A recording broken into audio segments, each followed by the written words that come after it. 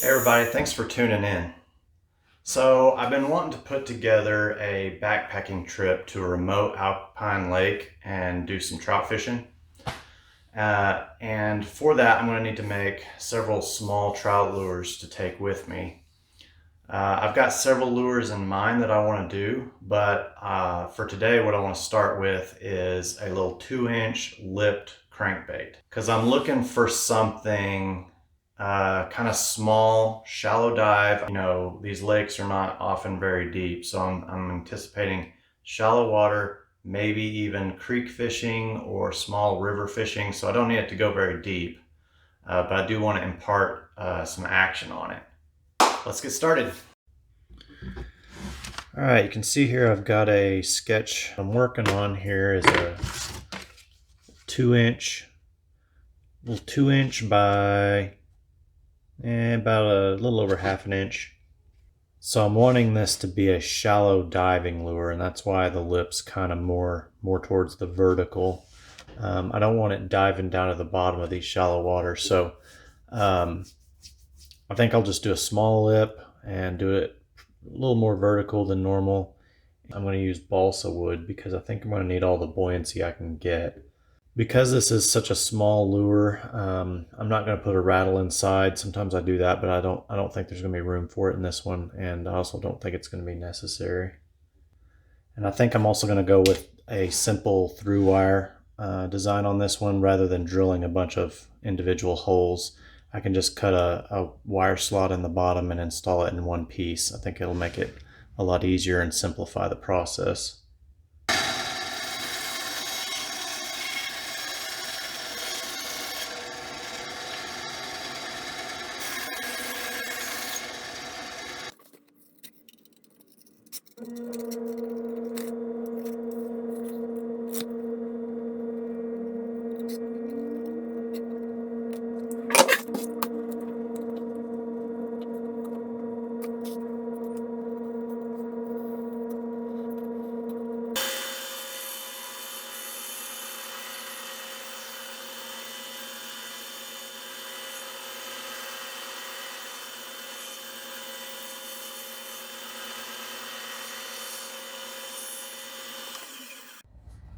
Because this wood is so soft, I'm actually going to sand this thing by hand.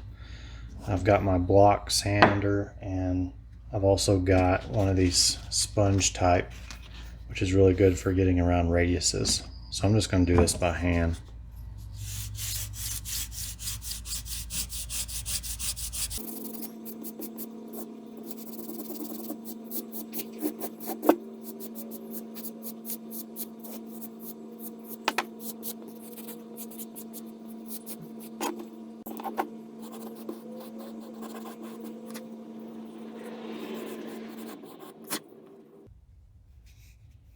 It does not take much.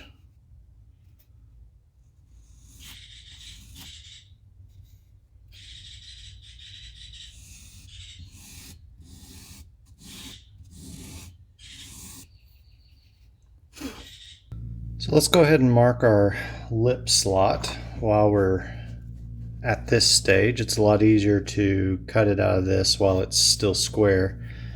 So what I'm going to do is I'm just going to go ahead and cut.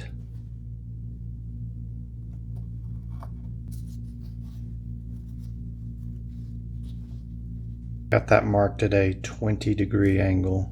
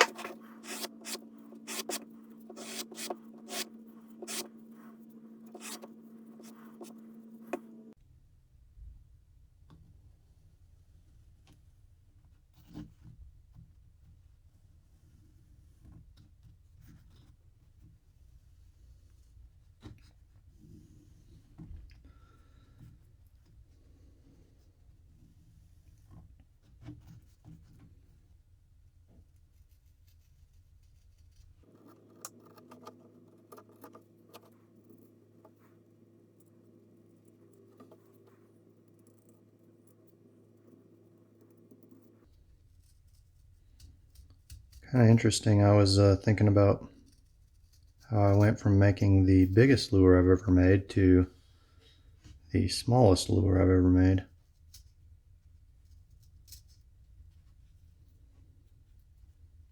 This is a really different kind of wood. It's kind of like a styrofoam maybe. Just really light, really soft.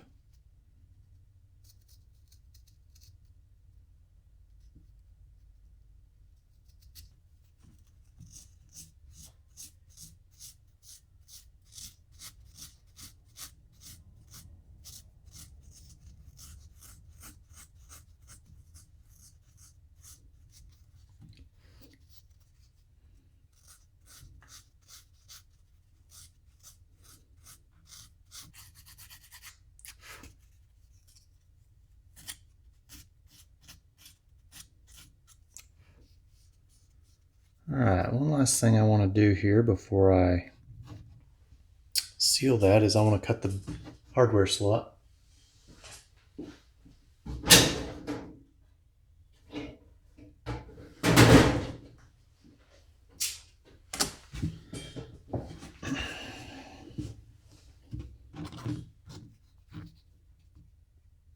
You know, I probably better at least put a mark.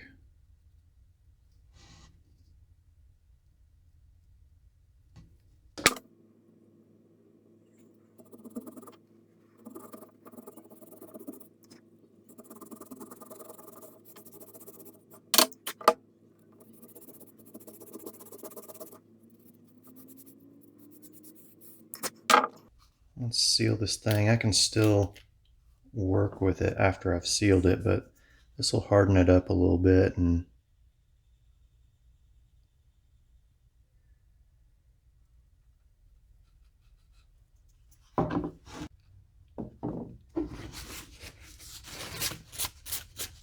I'm using 0.041 stainless steel wire, which is probably a little bit heavy for these lures, but I didn't want to order a completely different batch just for these, so I think we can make it work. I'm going to cut 5 inches. We're going to put a loop over here, down, and then back out. And then I've got a tool here for bending this little wire. When I'm making a loop down at the bottom, I bend it out so it looks like that, right? And I bend it out a little ways, and then I flip my pliers.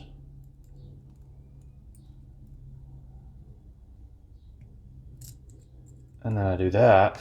And then when I pinch it, I wind up with a little loop. You can see where I had that first kick out and then I wrap around. That's how I make that shape. And you just work with your pliers and clean it up a little bit. This takes a little practice like anything else. Keep manipulating it and manipulating it until you get it kind of where you want it.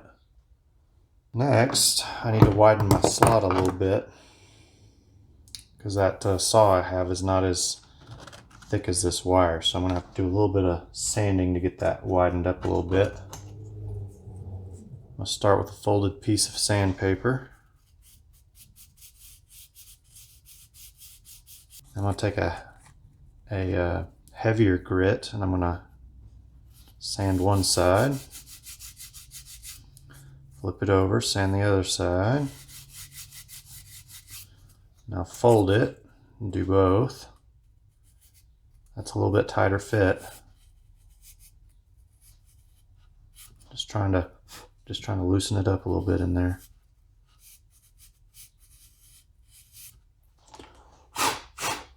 Okay, now that ought to be big enough to drop our wire in.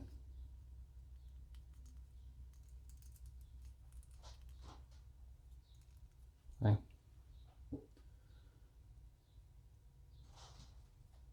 Nice fit. Now I've got some baking soda, which I've put into a folded up piece of paper. And that allows me to get that baking soda right in there, and what I'm going to do is I'm going to tack the front end first.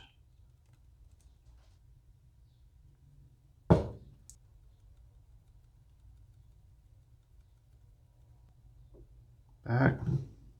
And once I've tacked each segment in, it's in place.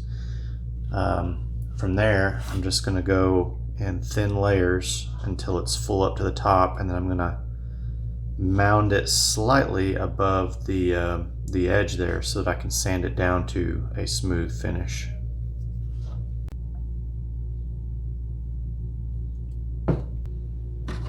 Alright, so once I've got all that on there and I've got it mounded up just like I was talking about, now I'm going to seal the rest of the lure. I'm just going to put some super glue over the rest of the body.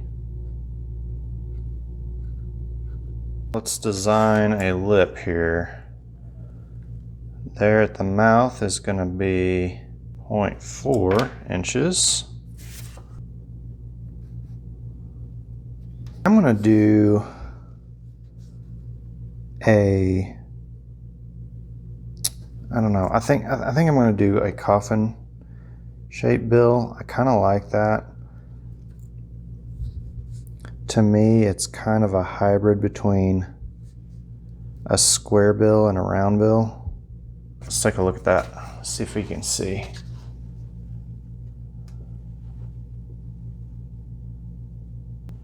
I don't know, what do you think?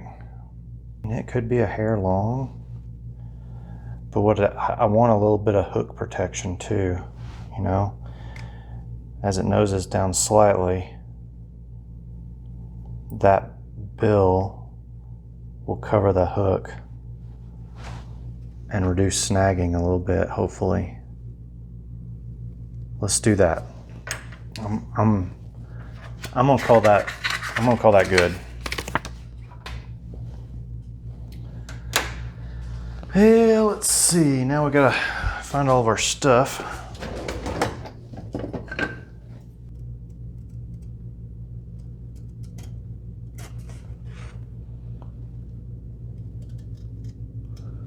I don't think I told you yet, but this is a 1/16 inch thick polycarbonate.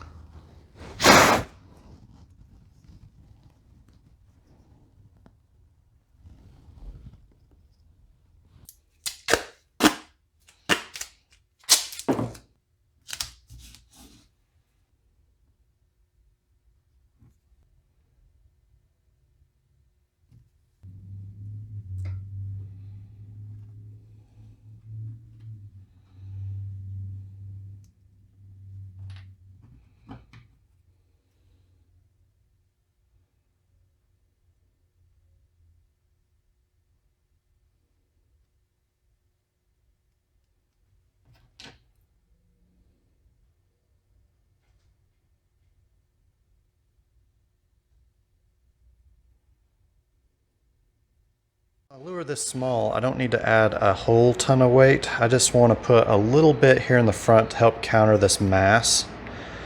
Now, because balsa is so soft, I got to be really careful with this process because the drill bit's going to want to go into this soft wood instead of this super glue and baking soda here in the center that I've got. That's going to be really hard, so I'm going to set up the drill press for that. And I'm going to use a small bit for this. It's big enough to just get one drop of lead in there, I think is all I'm going to need. But I'm going to go ahead and use this to start my pilot hole. And then as I use the drill press, I need to go really slow so that I don't drill into the wood. I want to try and stay in the center here.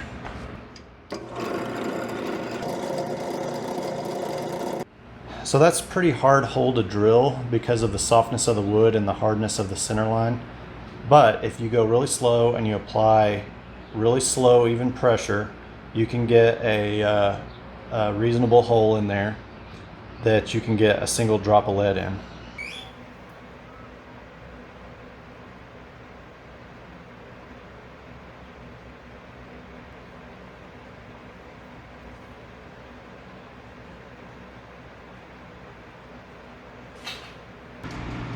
Okay, I've got my 1 drop of lead in there, and I went on ahead and sealed it with super glue and baking soda. I'm gonna hang my little hooks on it.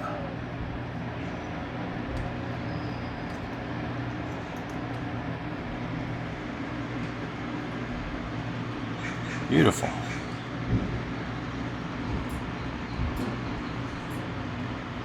That's just beautiful.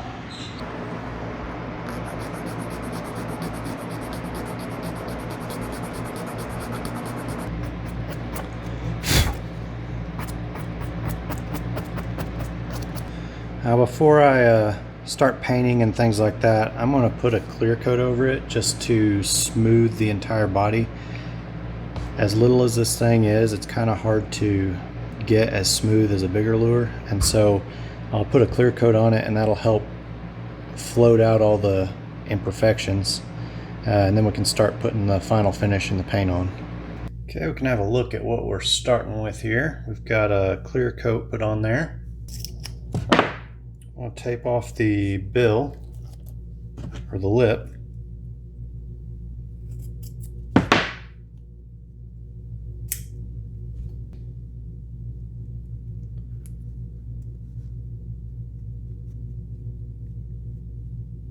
Okay, now once I've got the lip taped off, I'm going to put it back in my clamp. It makes a nice easy stick to hold on to while I'm painting, but also I'm going to want a clear coat after I paint, and this keeps me from having to touch the paint. So get in there nice and tight, and then it's ready to paint. Okay, we're going to try a little bit different technique for this lure. I've got these layers of cardstock drawn off. What I'm going to do is I'm going to cut them out, and then I'm going to stack them up in order, and that creates a relief that I can glue onto the face of the lure. And then when I put foil over it, I should have these details below it. It'll make sense as we go. First step is to cut these out.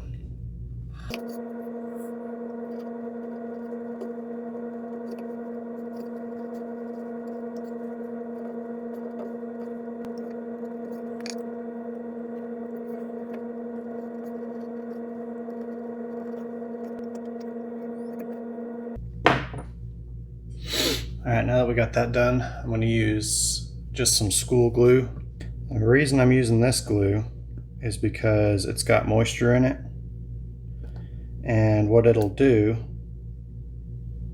is it'll add some, just a hint of moisture to the paper, and that'll make it more pliable, which will make it conform to the lure better.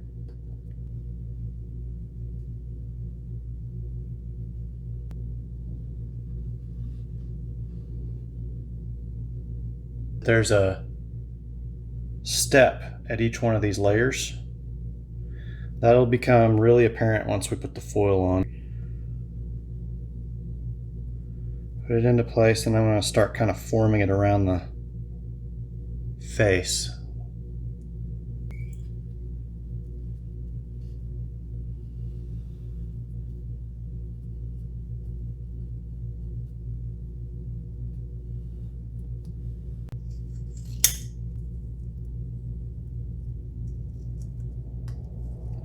You don't have to be super precise with this, you're just leaving a little bit extra.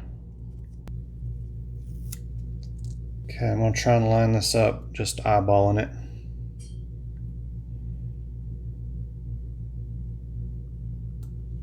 Okay, and I'm going to smooth down that center line.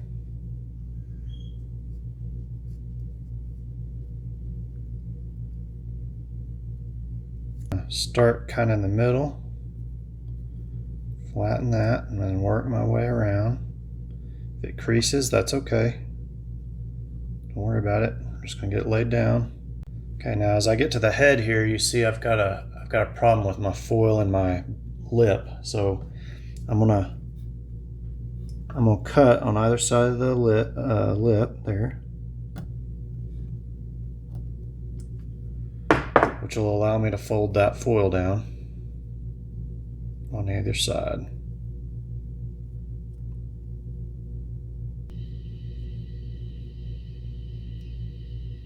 Start tracing around.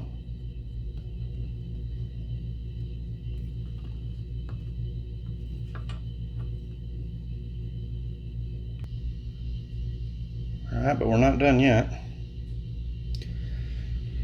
We're going to add a little bit more detail. First thing I'm going to do is I'm going to hold my template over there and I'm going to score on the lateral line.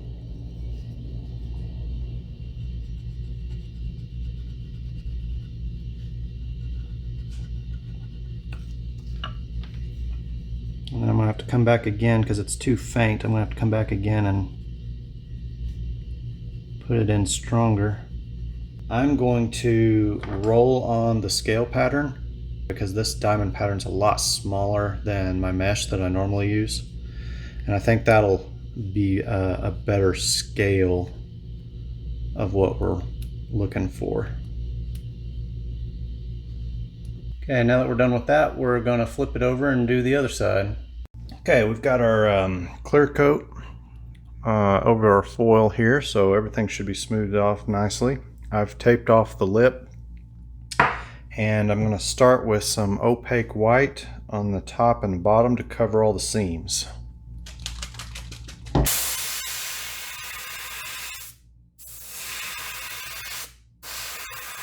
I'm trying to do something a little bit different here than I've done in the past. I've got two options. I've got the foiled lure, and then I've got just a plain white one. Okay. So I took a wet Q-tip and I cleaned the overspray off of the silver one, as you can see. So to get the plain one up to snuff, what I'm going to do is I'm going to paint the sides with a pearl silver, and that should be a good analog for the foil as far as that option goes.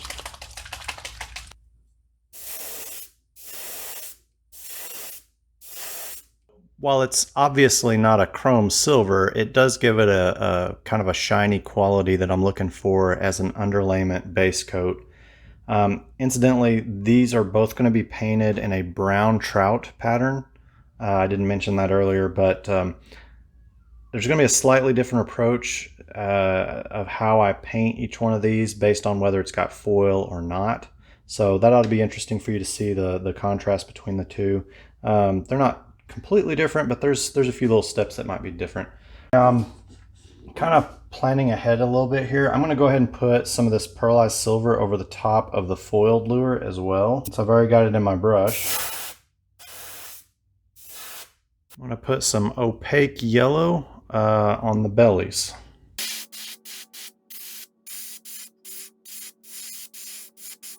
I'm going to allow a little bit of overspray here.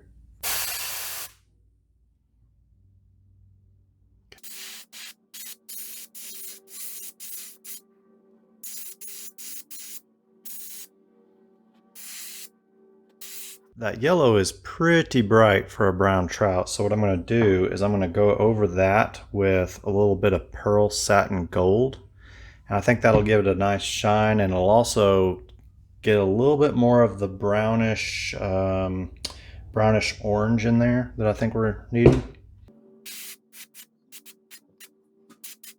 Okay, well that actually did not darken it very much at all, but I do like the satin sheen to it.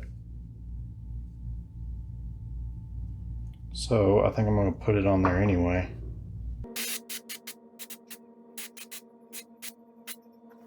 This is the finest mesh that I've got, so I'm going to stretch that over the back here.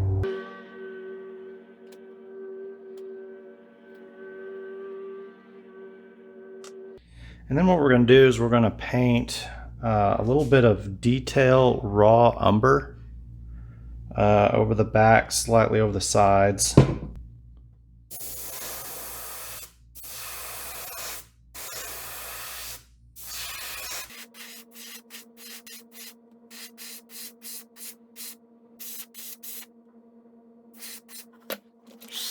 Okay, we're going to dry that really good, and then we can take our mesh off.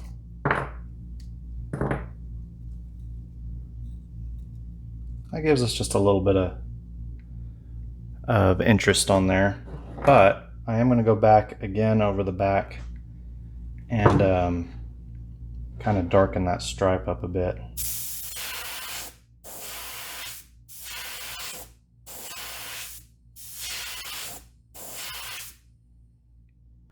So I'm leaving the sides somewhat silver because we're going to come back over and do detail. We'll do all the spots and everything over that, so that'll make a nice background for that. I'm going to set this guy aside real quick, and we're going to put our same mesh over the foiled option as well.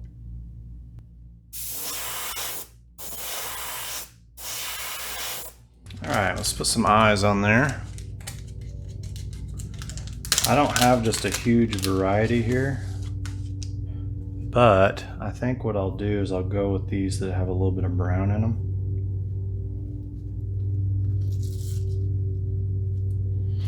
And I'll go probably a little bit bigger rather than smaller, just because it has that big helpless baby fish look.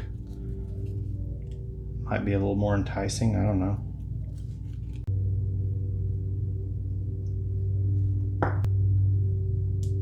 If you've watched this channel for any length of time, you know I don't trust these self-adhesive eyes. I think they work fine for positioning like this. I don't trust that they have the holding power once I put the clear coat on. I have this fear of sticking them on like this and then putting the clear coat, and then the eye starts moving around, and that's a terrible time to have a problem.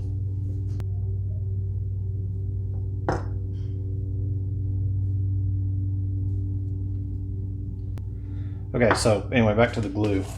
What I'm going to do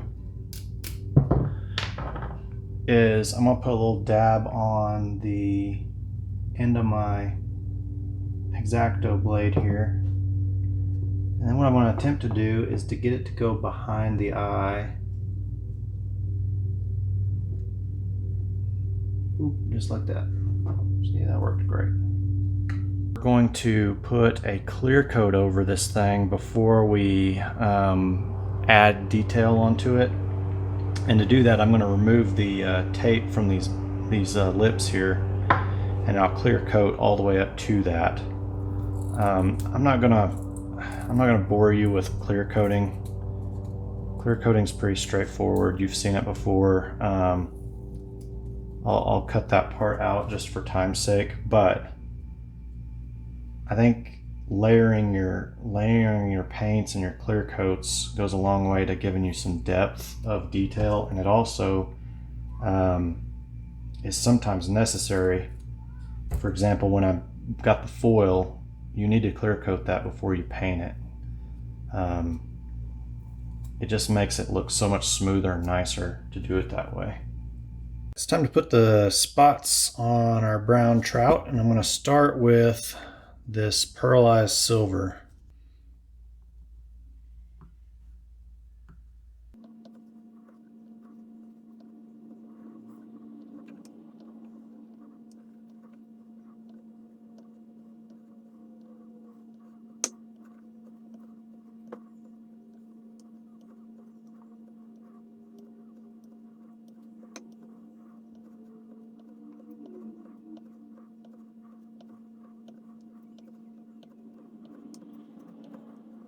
Let that set here to the side, and I'm simultaneously going to paint the foiled option, and I'm going to do the exact same thing.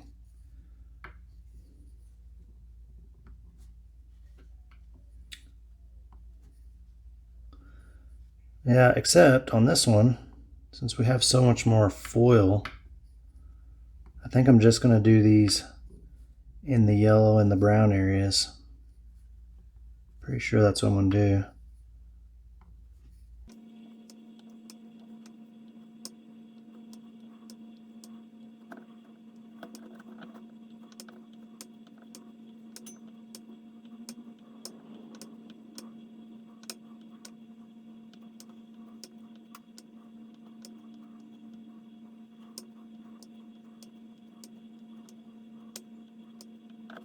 So next I'm going to do the orange spots, and for that I'm going to do iridescent scarlet, and I'm going to go down a couple of sizes on these embossing tools so that this dot of paint will fit inside of that dot of paint. See? Like that.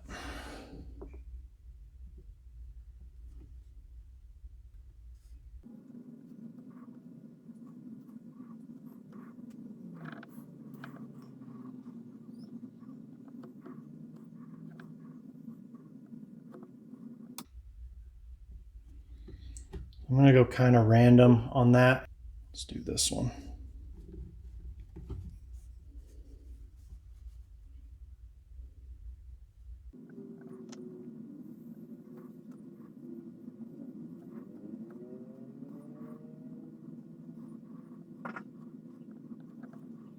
The last one we're going to do is detail raw umber.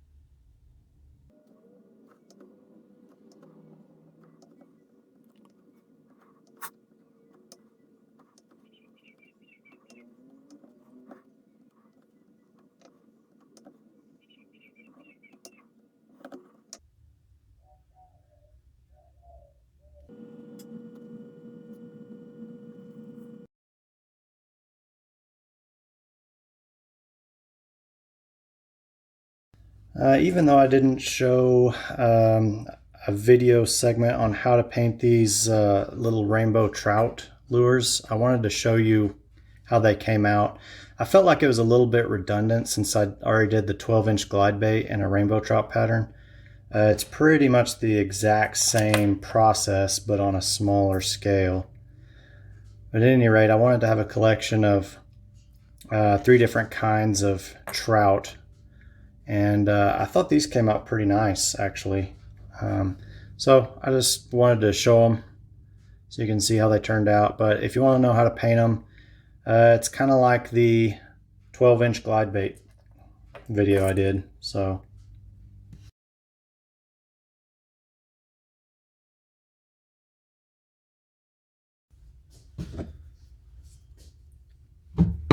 for these 2 lures, I'm going to do a brook trout pattern.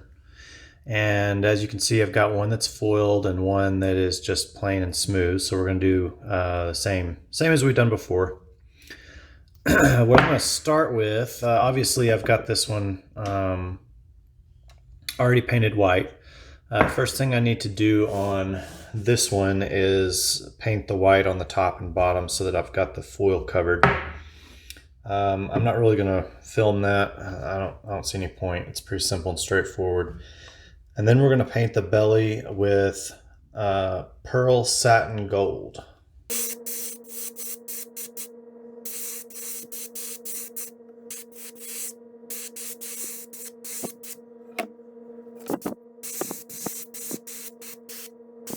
Detail moss green, one of my favorites. Take it easy with that one. That one flows. I forget every time. This one flows pretty quick, so.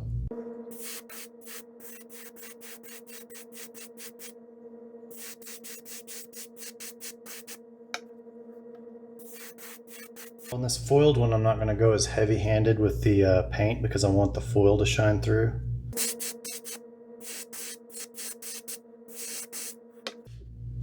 So you'll notice I'm kind of going back and forth between the two. I'm allowing a little bit of time to dry so that I can layer it up and avoid the poolings. Yeah, that's looking about right.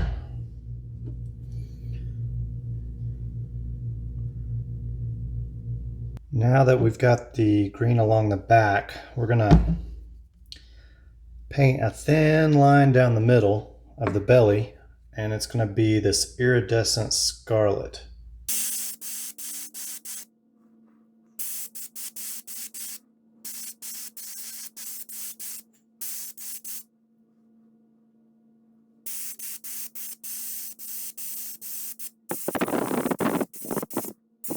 So from here, I'm going to put a clear coat on it, on both of these, and that'll set us up for doing the next set of colors. But this is basically the foundation for the brook trout. The first color I need is kind of a sage type color to go on the back. So I'm going to do a little bit of a blend of opaque white and detail moss green to get the color I need.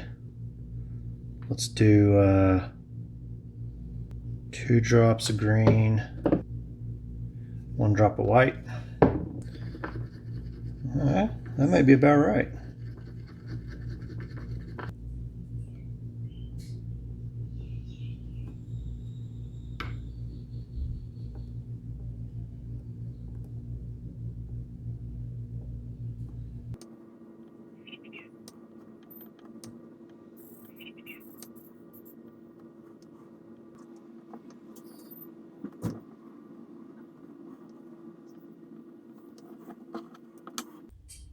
You can kind of see what I'm trying to do here.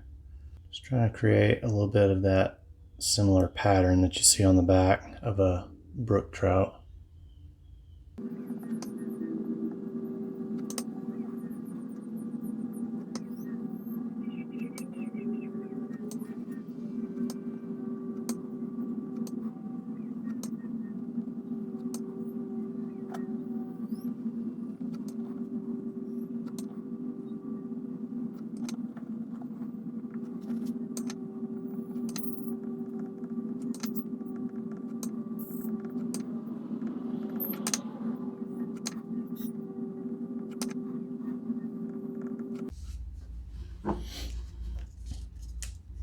Okay, now that I've got that pattern on the back, what I'm going to do is I'm going to take the airbrush and I'm going to go over it with detail moss green, just a little bit of a stripe down the middle to kind of fade that back out a little bit and give it a little bit more depth.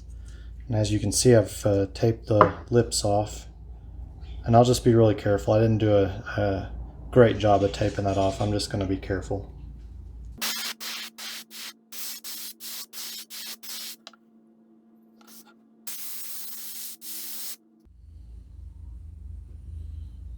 It just gives it a little bit of variation, makes it a little bit more interesting. Okay, I'm going to do a few spots with iridescent electric blue. And we're just going to do a few kind of down the side here. And we're going to try and stay kind of just above the yellow.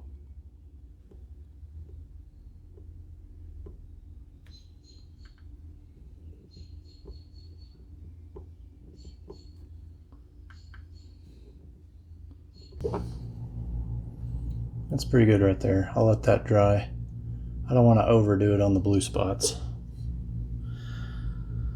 We'll let that dry, and while we're letting it dry, we'll do the foiled option. This is iridescent red. It's got a little bit of a pinkish quality to it, you can see.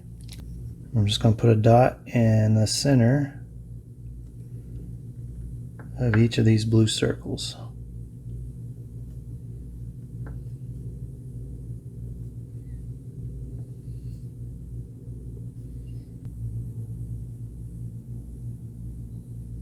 We're going to finish it off with spots of pearl satin gold.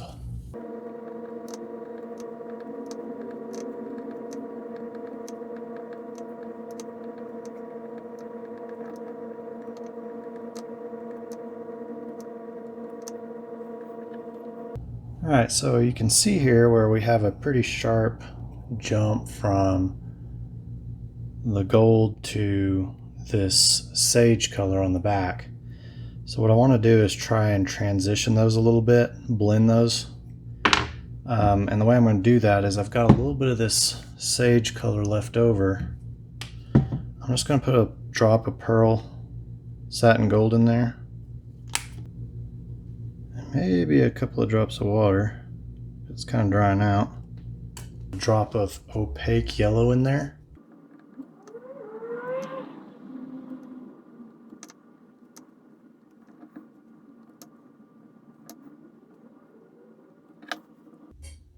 Yeah, maybe a subtle blending there. Sure doesn't hurt.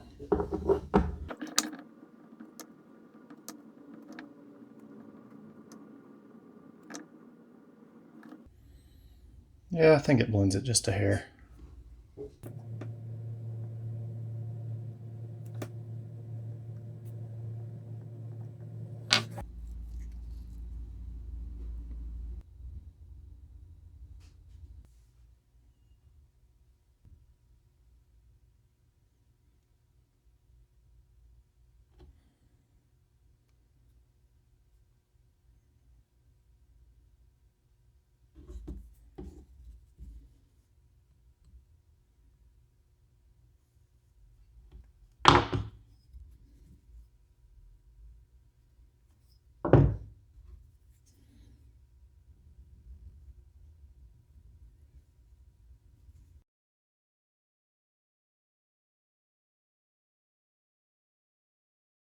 So I've never fished for trout with crankbaits before. When I was a kid, I fished with salmon eggs and little hooks, of course, and a little bobber. And then I graduated up to using spinners. I've caught a lot of trout on spinners.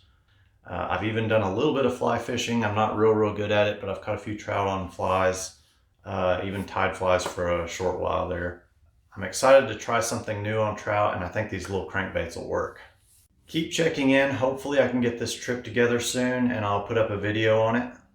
Thanks for watching, and I'll see you on the next one.